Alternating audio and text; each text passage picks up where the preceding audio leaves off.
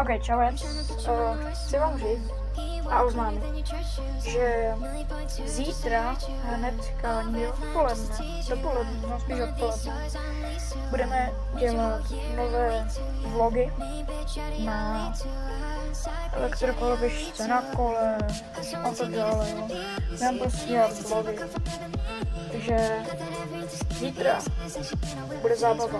Dneska je 1. prosince, takže 2. prosince bude video, jak budu jezdit na koloběžce.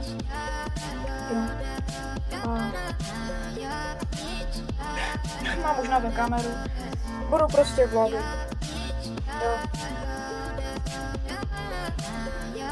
Tak, zítra se uvidíme. Čau, spíš mě. Čau.